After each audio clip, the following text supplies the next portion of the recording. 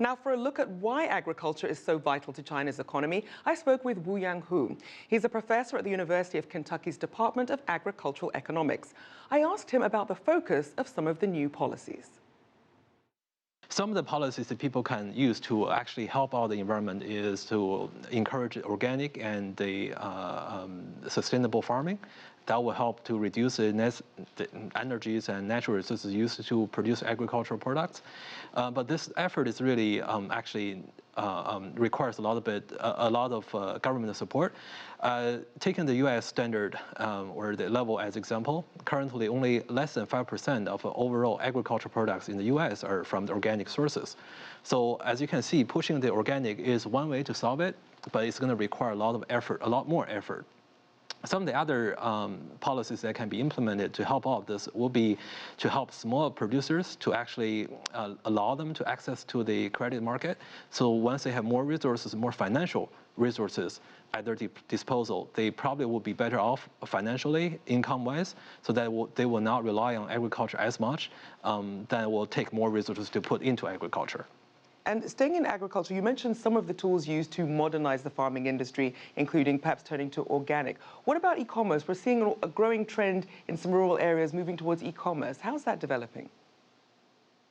Well, e-commerce, I personally believe, is a very promising future route for agriculture in China, and in fact, for agriculture in any country in the world. E-commerce not only can be shortening the supply chain, as we can see immediately, right, door to door, but also I personally believe that e-commerce will be the way to go, as one of the approaches to solve the food safety issues. Because under the e-commerce context, the consumers will be able to essentially track down the source of their food directly back to the farm. Given the traceability potential, then this whole e-commerce thing will be helping essentially to reduce the potential risks in the middle of the transportation of the food and so on. So consumers will be able to use e-commerce to increase their or actually decrease their concerns about food safety. From the supplier's side, having e-commerce, that means the consumers can track them down directly. Then the chances of producers to actually engage into something questionable in terms of food safety concerns would be dramatically reduced. Now, in order to support that e-commerce, you also need the good infrastructure in place. Would you say that's the biggest need for investment in that industry, or is something else a priority? Well, the rural infrastructure is a major concern of the central government as well. In fact, if you look at the data, it shows that a lot of the rural development or rural population's income are supported by the investment directly into the rural infrastructure. So I would say that not only is it important for building the new agriculture areas in China, it's also crucial for farmers to increase their potential incomes and narrow the gaps between the rural and urban urban incomes.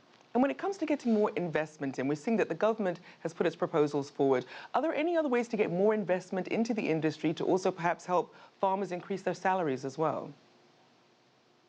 Well, the direct new investment is going to be more difficult because all resources have actually been focusing on the rural development already. But I can say there is at least one unique way to increase investment into rural areas. That will be through the rural financing. As of right now, as actually pointed out by the brand new 2016 #1 central document, rural finance is going to be one of the highlights in the near future. To increase that, the central government will actually build the provincial level credit unions, essentially credit unions, to help the rural farmers, especially small farmers, to gain the credit